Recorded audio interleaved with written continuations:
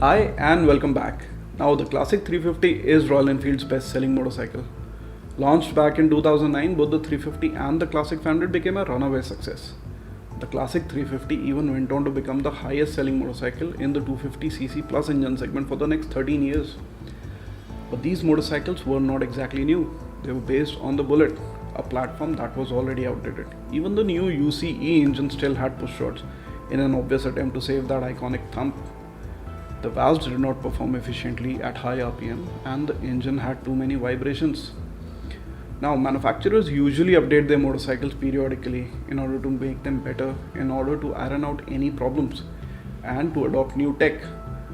But Royal Enfield has a history of doing none of that, as long as the sales are good and the competition is either weak or non-existent. Thankfully, the market has changed in the last decade, and Royal Enfield itself has launched new motorcycles like the Himalayan, the 650 Twins, and the Meteor, all of them completely new and technically better motorcycles than the Classic. And there was new competition in horizon from the likes of Java, ESD, and Honda.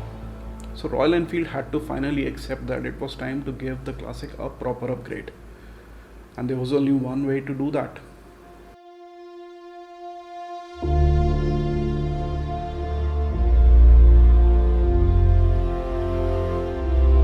This is the new Classic 350, and unlike the last one, this is a completely new motorcycle from the ground up.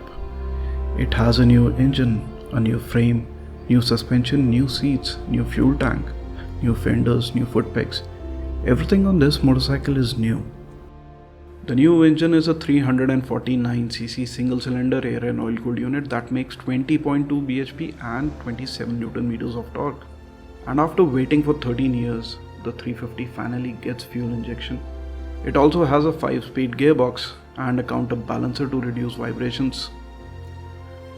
The engine is mounted to a brand new chassis, borrowed from the Meteor and modified to suit the Classic.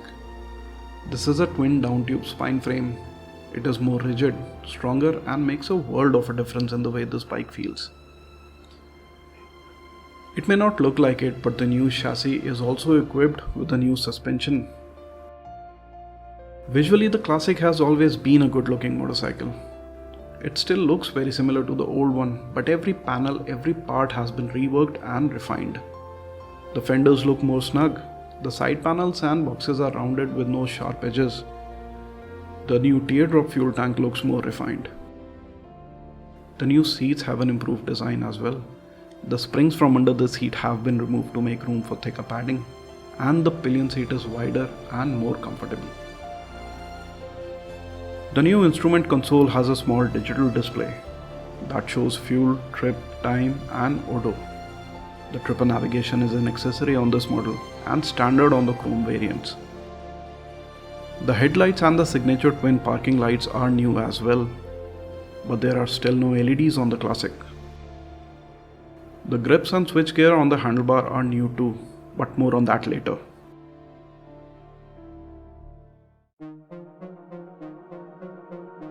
As soon as you pick up the bike off stand and start moving, the bike feels tightly put together and more rigid. It is one of the improvements this chassis brings to the new Classic.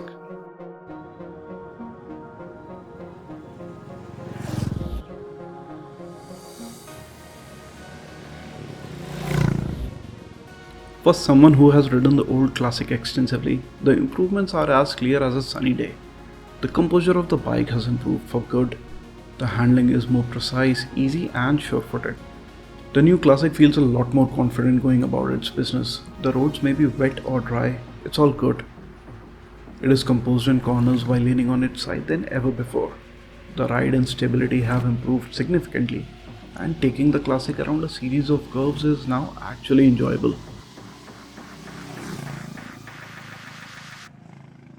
There are also some details that otherwise go unnoticed, but contribute to the stiffness of the chassis and improves handling, like the fact that the new swing arm is now directly mounted to the engine instead of the frame.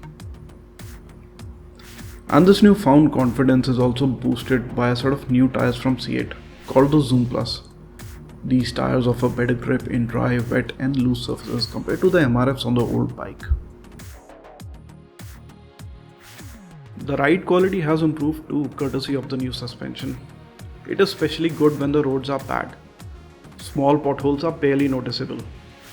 When you pick up some speed, and even on winding roads, the suspension does a very good job of providing a stable and balanced ride.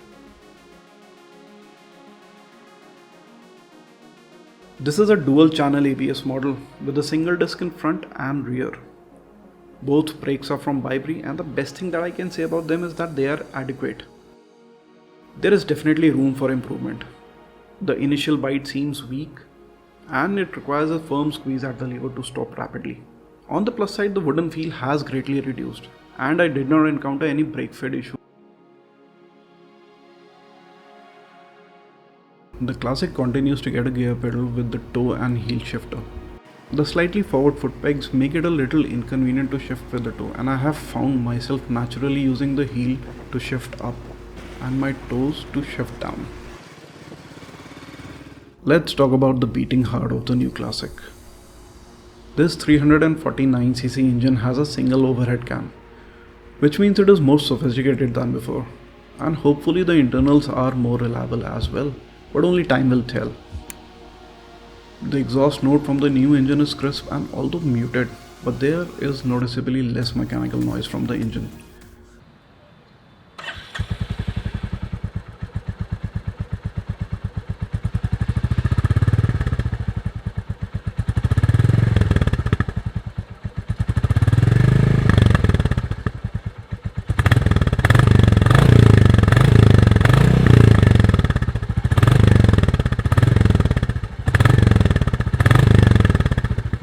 First impressions get even better when you notice that the vibrations have significantly reduced.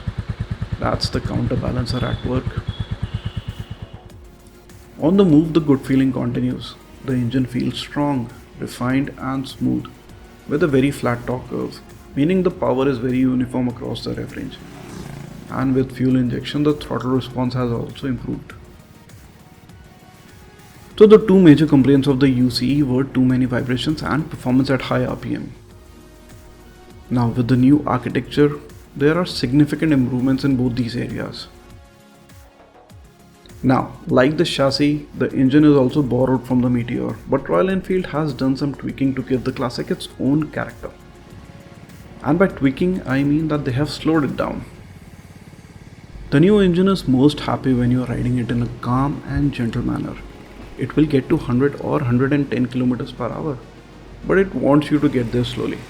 Now that does not mean that you can't ride it fast or accelerate rapidly. You can, but when you do, the engine's refinement goes for a toss, especially at high revs, and it just makes you want to ride the bike slowly. This is a 350cc engine that is still not comfortable cruising at 110 km per hour. And this brings us to the not so good things about the new Classic 350.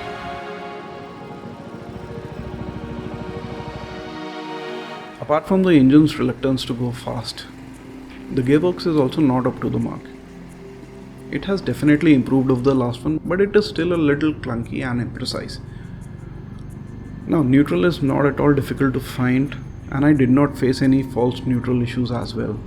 But rather many times you will not realize if the bike has slotted into the neutral, and you will have to look for the indication on the dash. In my opinion, this is more of a quality control issue rather than anything else. Next up in the issues are the new switches. Yes, they are new and they look alright. The pass light toggle is now integrated with the light switch. That is circular, and to use the tipper you have to flick it in the opposite direction of your fingers. While riding it is very inconvenient and feels ergonomically wrong. I rode the bike for 2 weeks and I still couldn't get used to them. Now the build quality. The fit and finish has improved over the years, but the progress is slow and it's still not top quality. And I am not at all nitpicking here. These are some of the things that I have noticed without even trying too hard.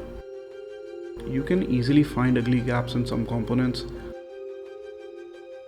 The nuts and bolts on some parts look very cheap, especially on the exhaust.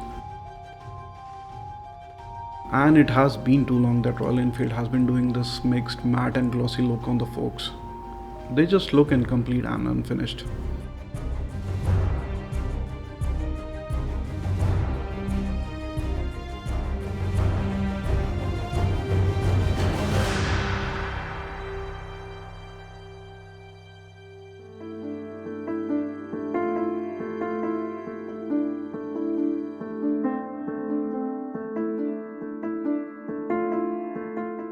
I have always liked the concept of the Classic, but the riding experience was never good enough. The new Classic 350 is trying to change that, and I think it has succeeded for the most part. It is definitely a better motorcycle than the last Classic in every way. The handling, brakes and performance has improved, the build quality is better, and the fit and finish has improved as well. But the star of the show is not the engine, it is the chassis, the frame, the component that holds everything together. It has not only significantly improved the ride and handling of the motorcycle, but also makes it feel more tightly put together, makes it feel better built. Now we know that the Meteor engine is good, and even though it has been slowed down for the Classic a bit, it is still faster than the old UCE. The performance is better, and I hope that the reliability has improved as well. Now I understand that Royal Enfield wants to maintain that old school slow engine character of the Classic. But the fact is that this engine has a slightly better performance on the Meteor, and the new Classic could have benefited from that. It certainly deserves so. In my opinion, this limits the performance capability of this motorcycle. So should you buy the new Classic 350? Well, the new motorcycle is genuinely good now. And if you are in the market for a modern Classic, and you ride around the city, commute a lot, and are not very big on touring, then this should be on your list. And the fact is that people have been touring on Bullets and Classics forever. So if you don't mind compromising on some highway performance, then this is an excellent motorcycle. But as I said in the beginning, the market has changed in the last decade, and we must consider the competition. The Java and the ESCs make almost 50% more horsepower than the Classic, and that will definitely benefit their performance. On the other hand, they do not have the same build quality as the Royal Enfield. And Royal Enfield does not have the same build quality as the Honda. Park it next to a CB350 Highness or a CB350 RS and you will understand what I am talking about. The Hondas have a much superior build. They are also lighter, faster and have a much better cruising capability. Classic 350's biggest trump card though is its own brand name and the legacy of the Bullet. And it looks like that Royal Enfield has been investing in R&D a lot more over the past decade than ever before. And I hope that the new motorcycles will get regular updates like the old ones never did. And that is all I have to say for today. I hope you enjoyed watching this video. Please subscribe to our channel if you haven't already. And if you like this video, please give it a thumbs up. If you don't, then you know what to do. Thanks for watching and we'll see you in the next one.